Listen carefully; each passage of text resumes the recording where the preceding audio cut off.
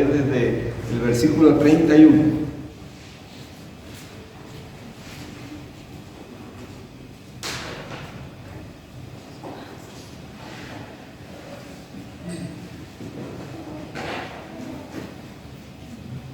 ¿Encontró? ¿Sí? Bien.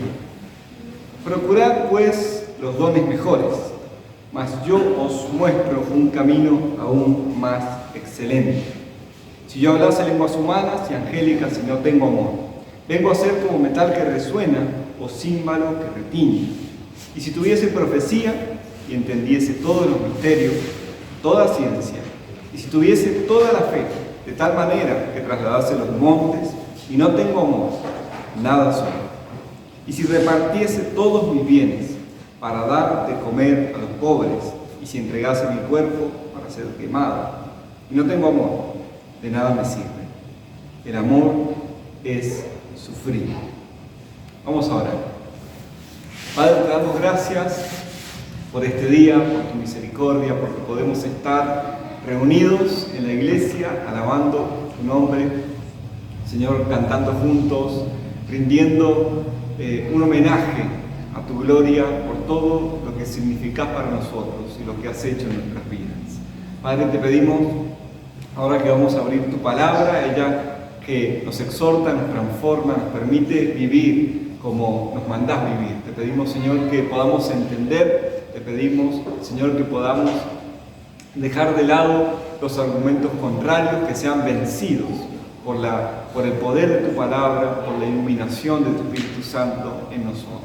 Padre, te pedimos todo esto en el nombre de Jesús. Amén. Amén. De todas las grandes preguntas que todos los seres humanos por naturaleza, en todo tiempo, en todo lugar y en toda cultura se preguntan, la pregunta moral o ética es una de las más importantes, una de las más prácticas, una de las más urgentes que hacemos los seres humanos. ¿Cómo deberíamos vivir? Esa es la pregunta ética. ¿Cómo deberíamos vivir? ¿Cuál es el mayor de los bienes de la vida? ¿Cuál es el valor más alto de la vida? ¿Cómo hacemos para evitar la tragedia de sacar excelentes calificaciones en todas las asignaturas que cursemos, pero fracasar en la vida, pero reprobar en la vida? El apóstol Pablo en esta carta primera de Corintios está escribiendo a personas que están yendo por este trágico camino. Son personas llenas de dones espirituales, que realmente tienen dones espirituales, tienen talentos para la vida, pero son personas que están fracasando en la vida. Y son personas que están fracasando en la vida porque están practicando un estilo de vida que no tiene que ver con Jesús. Precisamente porque el fundamento del estilo de vida cristiano es el amor. Y lo que ellos han olvidado, y lo que ellas han olvidado, es el amor.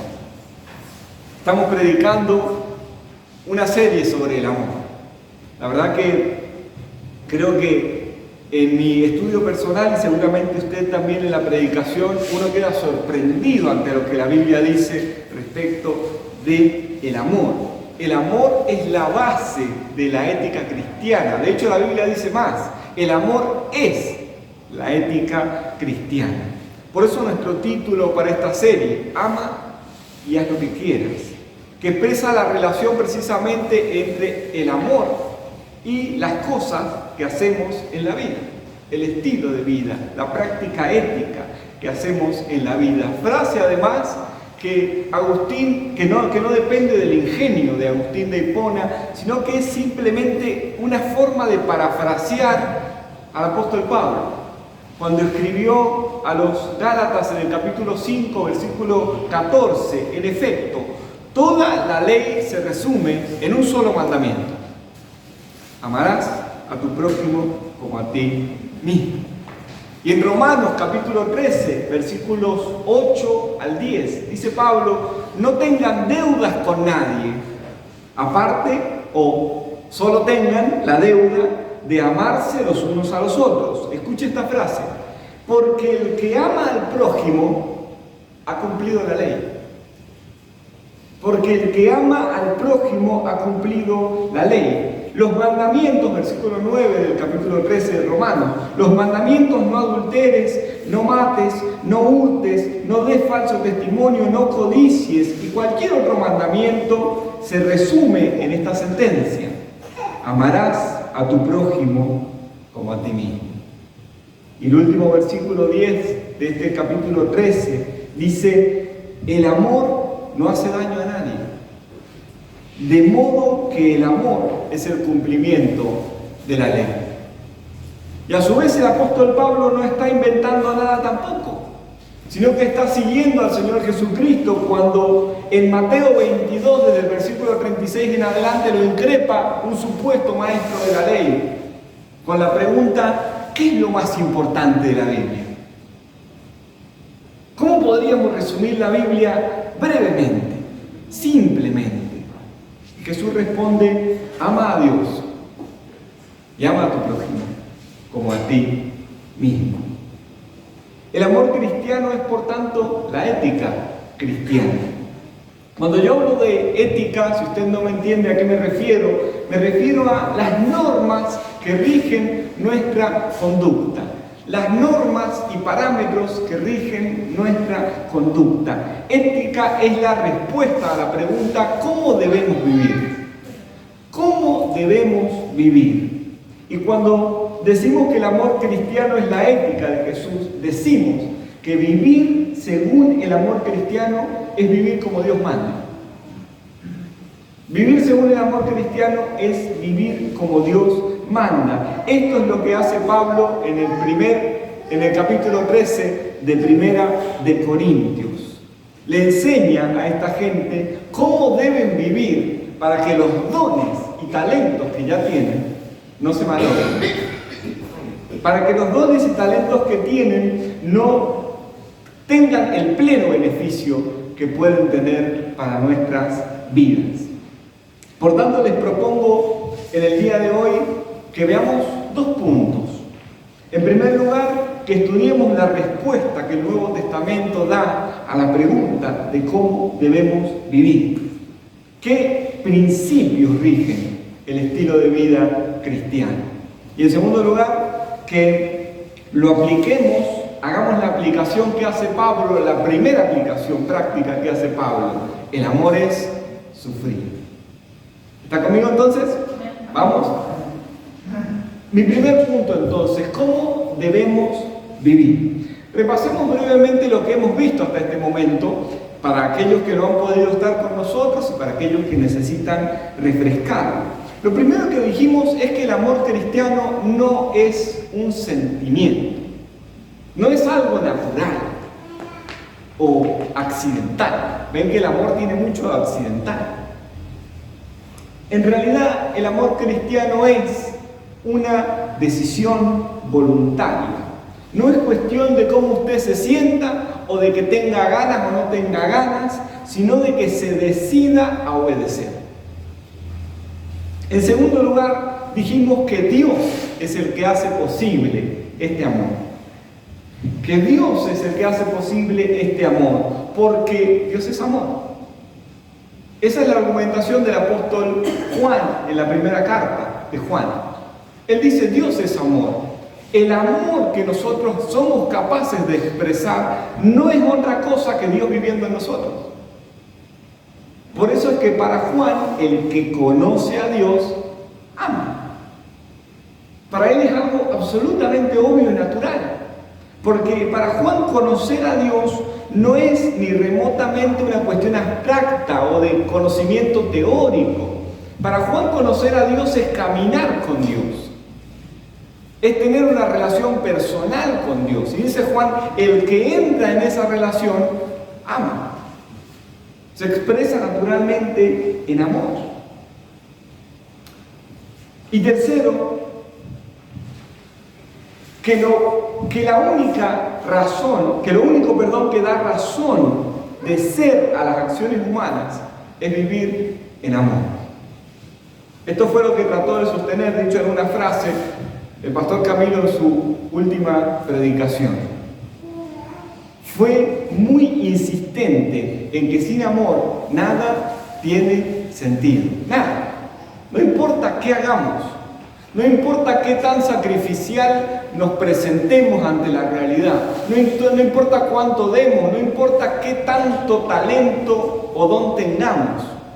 Sin amor, dice Pablo, no soy nada. Lo único que da razón de ser a las acciones humanas es vivir según el amor. C.S. Lewis grafica la ética cristiana como una flota de barcos que va navegando. Y él dice que hay 3 cosas que tiene que cumplir una flota en el mar. Primero, tiene que saber cómo manejar su barco. Si un marinero no sabe manejar su barco, chao. Lo más seguro es que colisione, o que se quede, o que se pierda, o que no pueda llegar a ningún lado. En segundo lugar, tiene que saber manejarse en la flota de barcos. Porque uno puede saber manejar su propio barco, pero no sabe cómo no chocar con el otro. Exactamente. No sabe a qué distancia manejarse, no sabe qué distancia es prudente. Entonces, primero, uno mismo y cómo manejar la vida intrapersonal. Segundo, cómo manejar la vida interpersonal. Y en tercer lugar, dice Luis, hay que saber a dónde ir. ¿O qué hacen los barcos en el mar? Van a algún lado. Así que hay que saber cómo manejar el barco, hay que saber cómo navegar en conjunto con los demás y hay que saber a dónde ir. Ese último punto es de hecho el que da sentido a todo lo demás. Y ese último punto es la relación con Dios. Ninguna acción humana tiene sentido si no se sabe para qué.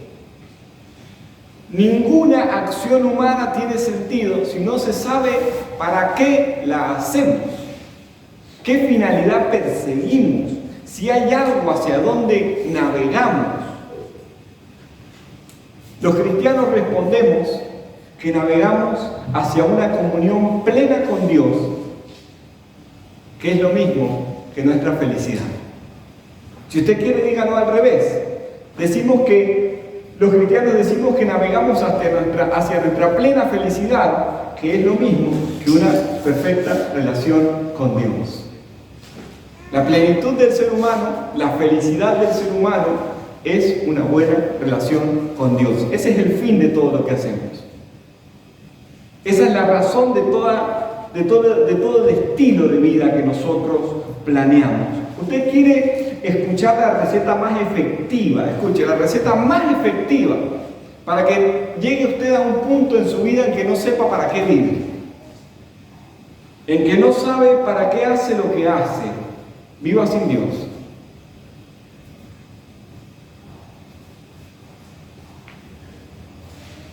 Esa es la historia de la humanidad. La historia de la humanidad tiene un punto clave en un pensador absurdo que se llama Friedrich Nietzsche. La tesis central de este autor es: no hay nada, no hay a dónde ir, no hay por qué luchar, no hay que esperar de la vida, no hay nada. Los seres humanos sin Dios no tenemos otro fin que concluir que no hay nada, que concluir que todo es absurdo. Esto entonces es lo que hemos visto hasta hoy. Y yo quiero, en mi primer punto, ahondar e insistir un poco en esto que venimos charlando. Y déjenme explicarlo así por medio de una frase que voy a tratar de desglosar para ustedes. La ética cristiana, el estilo de vida moral del cristiano, escuche, es personalista, no legalista y absolutista. Es personalista, no legalista y absolutista. Con personalista quiero decir, yo creo que que fue muy interesante el ejemplo que trajo Romina, creo yo que usada por Dios para poder hacer esa comparación, porque el budismo, digamos, el texto, uno de los textos centrales del budismo, aquel que habla Buda, dice: sigan mi mensaje, sigan mis palabras. No va a escuchar nunca esto usted en Jesús. Nunca lo va a escuchar. Jesús nunca dice eso. Jesús dice: síganme. La diferencia entre la ética cristiana, el estilo de vida cristiano y cualquier otro estilo de vida es que es seguir a una persona, no a un principio, no a un conjunto de reglas, sino a Cristo. Cristo no te dice qué hacer, te muestra cómo hacerlo, lo hace con usted. Yo decía, y quiero volver a ese punto, yo decía en mi predicación anterior que la diferencia entre el estilo de vida cristiano y cualquier otro estilo de vida es que Dios te da la forma de cumplirlo. ¿Cómo? Él lo cumple con nosotros. Poder vivir la vida cristiana significa tener a Cristo en nosotros, ayudándonos a hacer un estilo de vida que honre a Dios. A llevar adelante un estilo de vida que honre a Dios. No hay nada igual en ninguna doctrina del mundo. Eso significa que la ética cristiana es personalista. Por eso Juan dice que cuando uno conoce a Dios, cuando uno tiene una relación con Dios, es que puede vivir como Dios. Cuando los cristianos nos preguntamos ¿cómo deberíamos vivir? Nosotros no respondemos teóricamente, nosotros señalamos a Cristo. ¿Cómo deberíamos vivir? Como Él. Como Cristo. Y Cristo te invita a esa relación. Y Cristo quiere caminar la vida con nosotros. Esa fue su promesa cuando dijo: yo no los voy a dejar solos. Voy a enviar a aquel que esté con ustedes, al Consolador, al perfecto compañero, que es el Espíritu Santo de Dios. En segundo lugar, la ética cristiana, el estilo de vida cristiano no es legalista, porque rechaza la idea de que una conducta pueda tomarse por buena practicada de forma externa. Quiero que me entienda muy bien esto. Esto es muy central en la ética cristiana. La ética cristiana, el estilo de vida de Jesús, es un estilo de vida que parte del corazón entendido bíblicamente, del centro de la persona, del centro de la personalidad, no algo que hacemos externamente. Para Jesús no vale nada, absolutamente nada, que usted se sacrifique, que usted hable en lenguas, que usted haga lo que quiera hacer externamente y su corazón no sienta amor. Para Jesús eso es lo mismo que nada. Eso es lo mismo que nada. La ética de Jesús es una ética que parte del corazón. Esto es muy central en la ética cristiana, porque Dios no valora lo externo. Lo externo, lo que el ojo ve, lo valora usted y yo que lo vemos. Él es capaz de ver mucho más profundo en nosotros. Él valora las intenciones del corazón. Voy a darle un ejemplo para que usted me entienda muy bien. Digamos que hay dos fábricas que hacen muebles. Y una fábrica, la que está aquí a mi derecha, es una fábrica que no tiene obreros muy calificados. En realidad, los obreros no saben mucho y están aprendiendo a hacer muebles. Y están allí trabajando en esa fábrica de muebles porque no le ha quedado otra en la vida que trabajar allí, simplemente. Pero además no tienen buena maquinaria para hacer el mueble. Tienen una maquinaria muy rudimentaria. Pero por este lado, de la izquierda, tenemos primero gente de vocación para hacer muebles. Esta fábrica tiene a los mejores. ha formado gente para hacer muebles, ha mandado a capacitar a sus obreros para trabajar en la fábrica y sus obreros aman hacer muebles. Pero además tienen la mejor maquinaria que puede existir para fabricar un mueble. La mejor maquinaria. Y tenemos delante de nosotros el producto final de cada fábrica. Y resulta que el de la izquierda es solamente, ligeramente superior al de la derecha. No muy superior como debiéramos esperar, sino apenas superior. Es mejor, pero apenas mejor. ¿Qué creería usted? ¿Quién se ha esforzado más? Miren, hermanos, esto se cumple en la vida humana. Usted y yo no elegimos la materia prima, permítanme la metáfora, con la que tenemos que trabajar. Usted y yo simplemente nacimos donde nacimos. Y recibimos la crianza que recibimos. Y tuvimos los padres que por providencia nos tocó. Y cursamos y heredamos los intereses y la forma de lidiar con el pecado que nos tocó. A ninguno de nosotros se nos preguntó si queríamos o no queríamos nacer en este o en aquel lugar, en esta o en aquella familia. Ahora bien, hermano y hermana, quiero que usted me entienda esto. Dios no va a juzgar el producto final, porque Él sabe que las materias primas con las que nos toca luchar son muy diferentes. Él sabe que hay personas que han llegado a la fe luego de una vida destructiva, por familias que han marcado desastrosamente su niñez, que les han heredado un sistema de valores nefasto, con el que van a luchar toda su vida. Dios sabe que muchos de nosotros han tenido que sufrir violencias inefables en su infancia.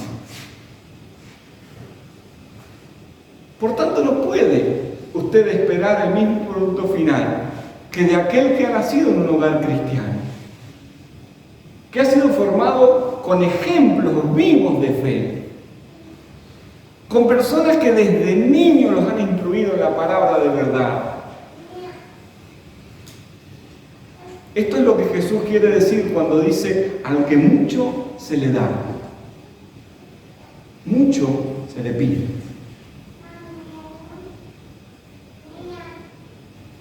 Usted no juzgue lo exterior.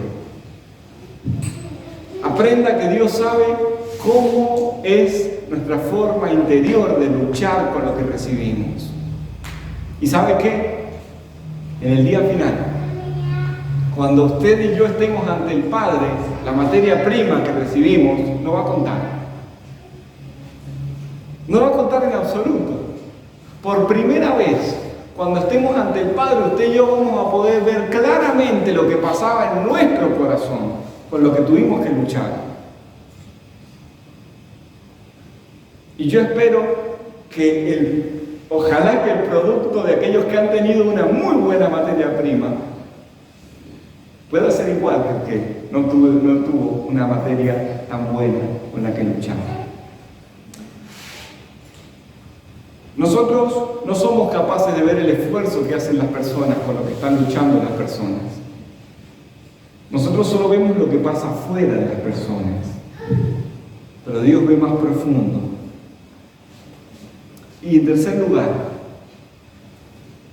la ética cristiana es una ética absolutista. ¿Qué significa que es una ética absolutista? Cristo se opone definitiva y totalmente al relativismo moral. Cristo se opone definitiva y totalmente al relativismo moral. Hermano, hermana, el estilo de vida cristiano no es negociable por partes. No tiene sentido que uno se imagine que puede decirle a Dios qué parte va a tomar de su mensaje y qué parte no. No, yo en esto puedo seguir a Dios, puedo seguir a Jesús, pero en esto otro no, esto lo decido yo. Esto queda bajo mi jurisdicción personal.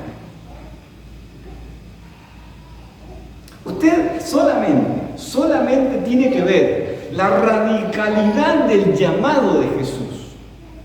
Los evangelios nos los presentan ese llamado de una forma tan radical que muchas veces hasta nos choca la radicalidad de Jesús. Señor, yo quiero seguirte, pero déjame que primero entierre a mi padre y a mi madre. No. ¿Cómo no? Pero es que quiere demostrarte Jesús que no puede haber nada negociable, nada más importante en ese camino. ¿Por qué es tan absoluta la ética de Jesús? Porque el camino de Jesús es radicalmente superior a cualquier camino que los seres humanos podamos forjar. El camino de Jesús es la verdad, con mayúsculas. Es la verdad absoluta, no una teoría más entre muchas, no un camino más entre los tantos que llevan a Roma, sino el único camino, siendo todos los demás falsos caminos, ilusorios caminos. Por tanto, hermanos y hermanas, la ética de Jesús no es algo con lo que se pueda negociar. Es todo lo que Jesús enseña, lo que debemos practicar en nuestra vida. Ahora sí, y habiendo entendido las directrices, yo creo, básicas de lo que enseña el Nuevo Testamento sobre el estilo de vida, ahora veamos un momento lo que Pablo nos dice en la primera frase del capítulo 13, del versículo 4 al capítulo 13. El amor es sufrido. Mi segundo punto se llama la grandeza del corazón cristiano. Cuando nosotros leemos la Biblia en este pasaje, en el capítulo 4, en el versículo 4 del capítulo 13 de Primera de Corintios, si usted va a las dos grandes versiones de las Biblias evangélicas, digo las dos grandes, me corrijo, de las más populares versiones de la Biblia evangélica, la Reina Valera 60 y la NBI, usted encuentra una diferencia muy grande de traducción. Reina Valera 60 traduce: el amor es sufrido. Y NBI traduce: el amor es paciente. Es grande la diferencia. Ahora, en el idioma original, literalmente dice: el amor tiene un corazón grande. El amor tiene un corazón grande. Por tanto, de alguna manera, las dos traducciones son correctas. Quiero detenerme, por tanto, en las dos maneras de interpretar este pasaje que han tenido los traductores de la Biblia. La primera es: el amor es sufrido. Juan Crisóstomo, un padre griego de la iglesia, decía que este pasaje hace referencia a aquella actitud de no buscar represalias cuando pudiéramos y debiéramos buscarlas. De no buscar represalias cuando debiéramos y pudiéramos buscarlas. Así que quizá una de las formas de entender el amor en este pasaje es que no debemos buscar represalias, que el amor tiene una gran capacidad para resistir las ofensas que se le hacen. Esta virtud cristiana es absolutamente contracultural. Y no me refiero solamente a la cultura occidental del siglo XXI, sino que me refiero a la cultura humana en general. Nadie considera a un héroe aquel que se deja pisotear. En ninguna cultura que usted busque esto existe. Y eso es más o menos lo que está diciendo Pablo aquí.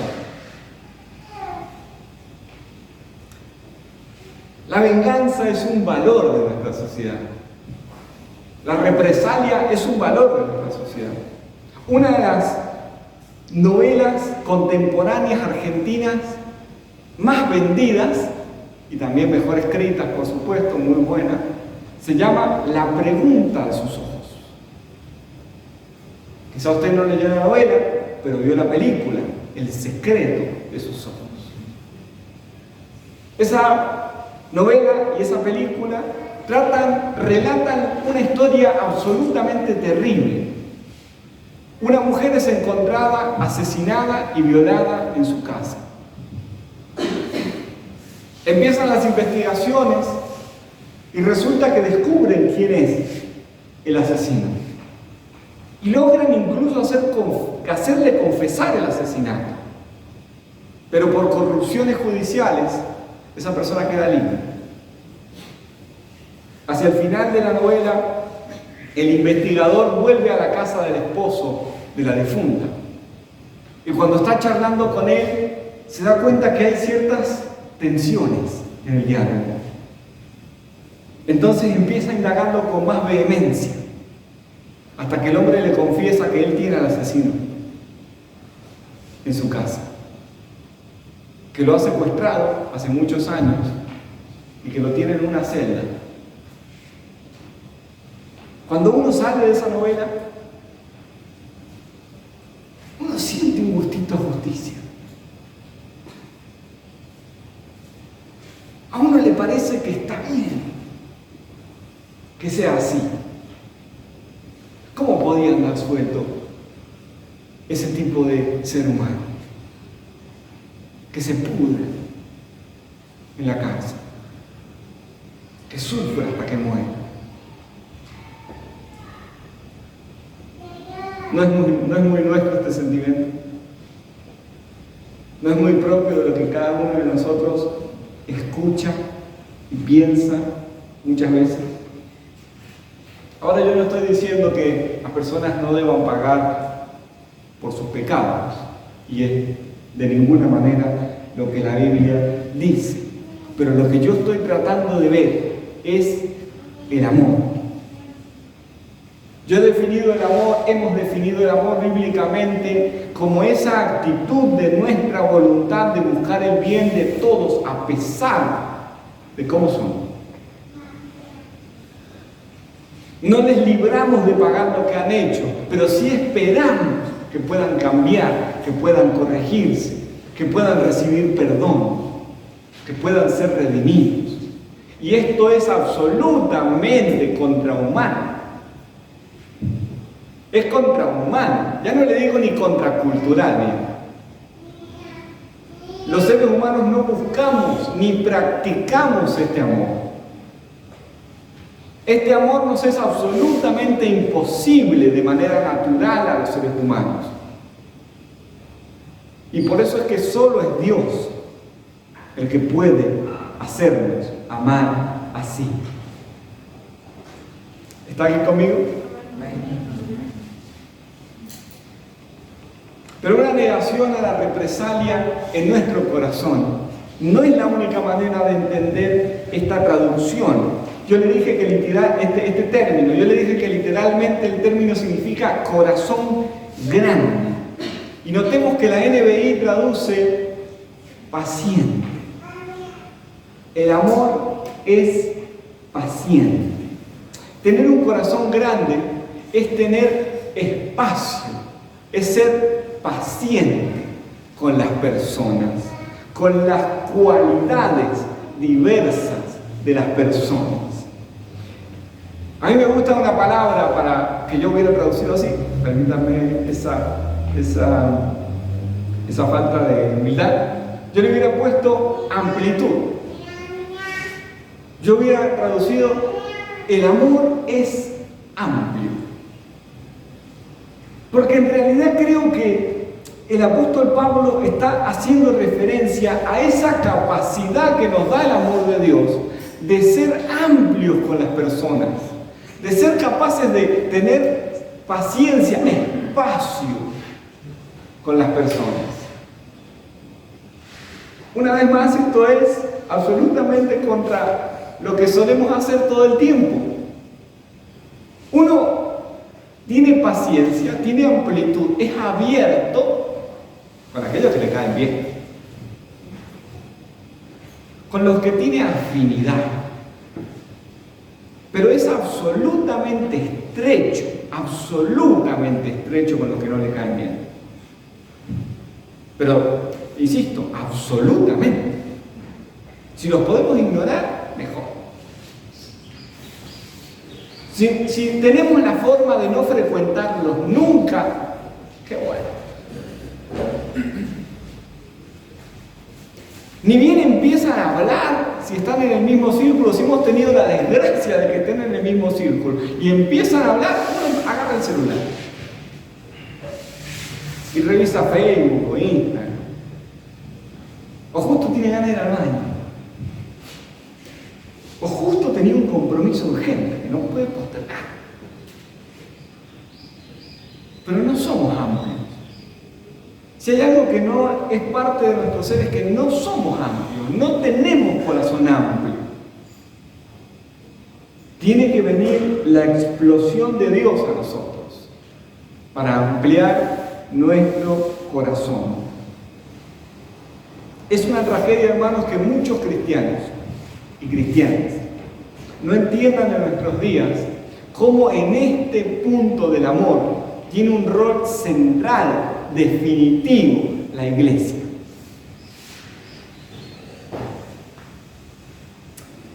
La iglesia es el lugar donde el cuchillo se afila con el cuchillo. La iglesia es el lugar donde usted se va a topar, donde va a tener que relacionarse, donde va a tener que hacer misión junto con aquel que no le agrada mucho. Aquel con el que usted fuera de la iglesia no tendría ningún tipo de conversación, ni compartiría mesa. Y digo que es una tragedia porque hay muchas personas que atraviesan la vida de la iglesia como si no vinieran, como si no hubiera comunidad. Digo, llegan a tener una relación por ahí con el pastor, pero y muchos hasta se sienten orgullosos de eso. Una señora me dice, yo voy a la iglesia y no me preocupo por la vida de nadie. Como si fuera una virtud. Y no es que hay que ser chismoso, sino que hay que involucrarse. Involucrarse en la vida de los demás. Hermano y hermana, si usted está pasando la iglesia como si esto fuera a venir a misa, usted está mal. La misa es algo que uno escucha y se va. Y de acuerdo al pensamiento católico, eso ha sido efectivo y ha tenido un valor espiritual. En el pensamiento protestante evangélico, el congregarse es una acción comunitaria, es participar del cuerpo de Cristo, es escuchar, interesarse, compartir, sufrir juntos, reírnos juntos, comer juntos, celebrar juntos, enterrar a nuestros muertos juntos. La vida de la iglesia no es una vida solitaria y no puede ser una vida solitaria. Y esta doctrina de congregarse, tal como la estoy describiendo yo, es central para hacer que tu corazón crezca. Esto hace que tu corazón crezca. Si usted dice, ¿por qué yo, con tanto tiempo en la iglesia, no soy capaz de soportar a fulanito o a menganito? Y ese tipo de gente como que no puede. Yo creo que va por tu forma de formar parte de la iglesia. La iglesia está muy fuera de tu vida. Está muy allá, es una actividad muy lejana en tu semana o en tu mes.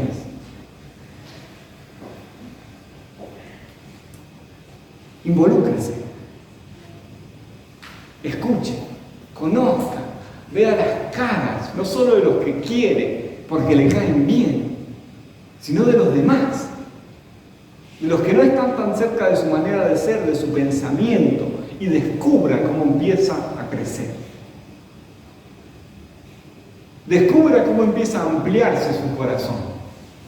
¿Alguna vez usted pensó lo que debe haber sentido Jesús al hablar con nosotros? Yo creo que la doctrina de la encarnación es algo que no terminamos de ver muy bien cómo es la cosa. ¿A usted le gustaría que de repente, digamos que tenemos un superpoder y yo me le acerco y le digo, ¿sabes qué? Tenés que hacerte gusano. ¿Sí? ¿Sí? Tenés que hacerte gusano. ¿Por qué? Bueno, porque es la única manera de que salvemos a los gusanos. Estoy parafraseando la conversación de Dios Padre con Dios Hijo. ¿Usted cómo cree que es Dios en comparación con nosotros? ¿Cómo cree que es? ¿Cómo cree que es ser todopoderoso, ser todo brillante, tener todo el poder que pueda uno imaginar y de repente tenga que ser un ser humano mísero? Que no puede ni siquiera caminar varios kilómetros sin cansarse. Que no puede ni siquiera entender el pensamiento humano que han generado los mismos seres humanos. Que a veces no puede ni siquiera entenderse a sí mismo.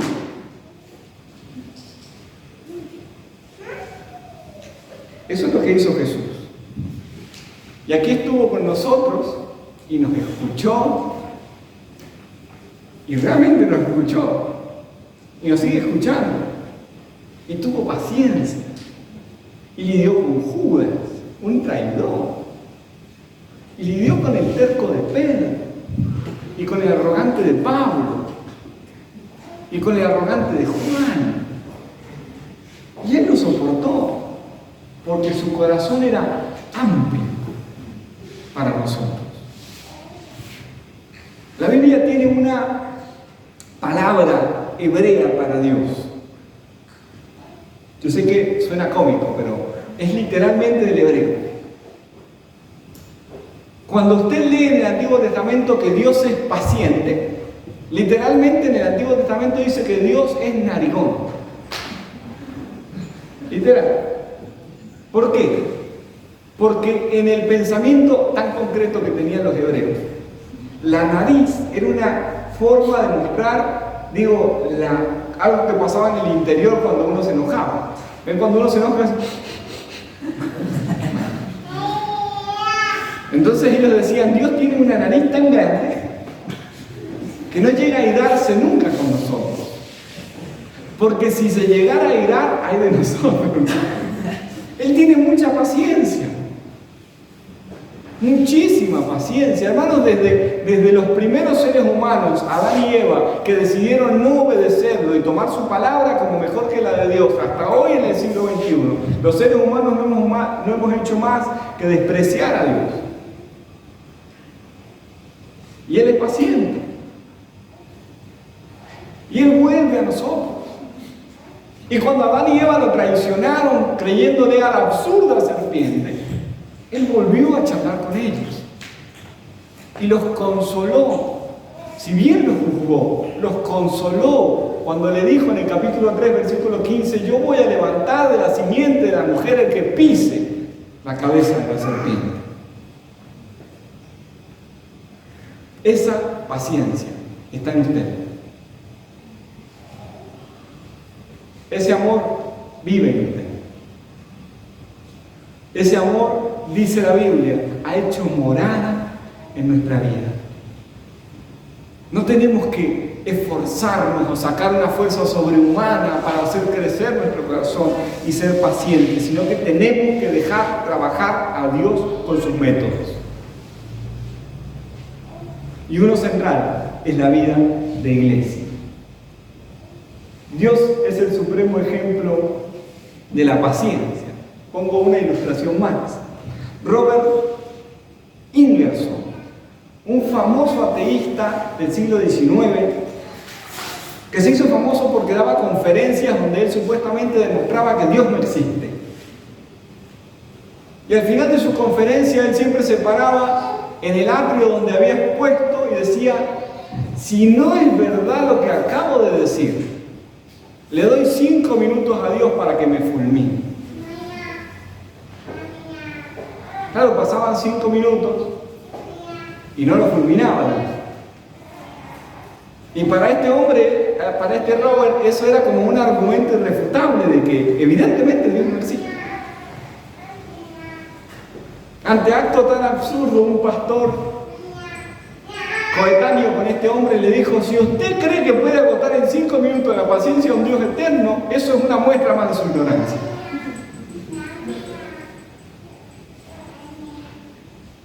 No, es que Dios no es que no te fulmina porque no tenga razones, sino que es paciente, muy paciente, muy paciente.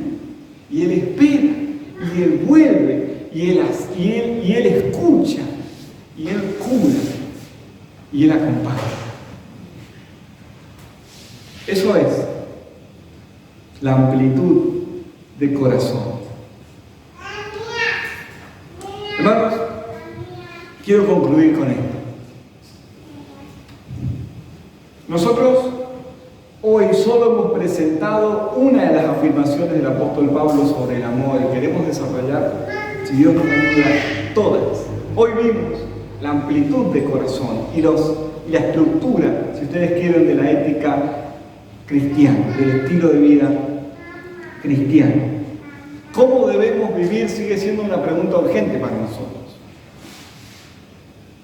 ¿Para qué vivimos? Sigue siendo una pregunta urgente para nosotros. Y nosotros debemos responder con certeza, como Jesús. ¿Está aquí? Amén. Como Jesús. Miremos a Jesús.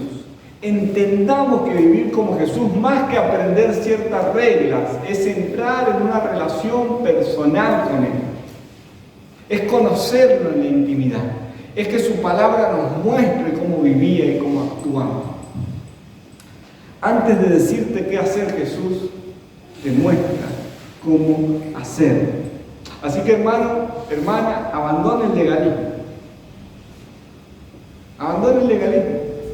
Deje de juzgar por lo que usted ve en la persona, porque usted no sabe con lo que tiene que lidiar la persona.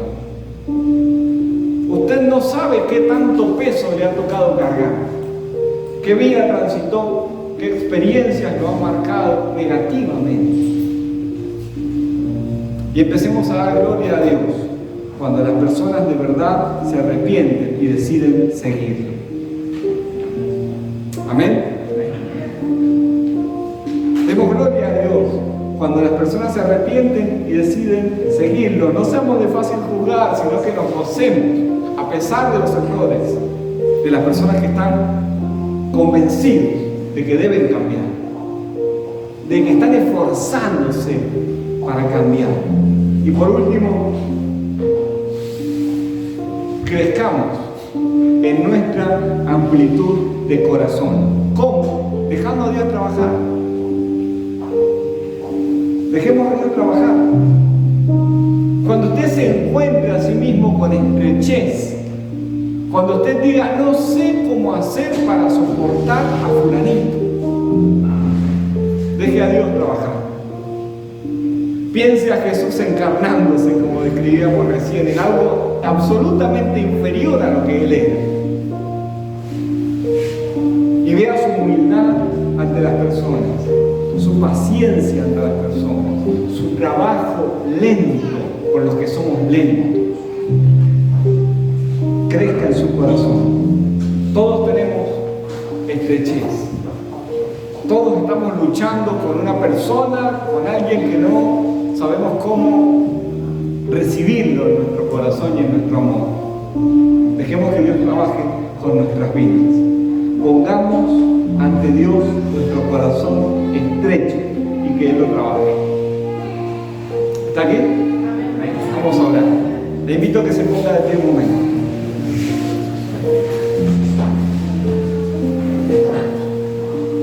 Padre, te damos gracias por tu palabra. Gracias, Señor, porque otra vez al acercarnos a tu palabra, ella, Señor, corrige nuestras vidas.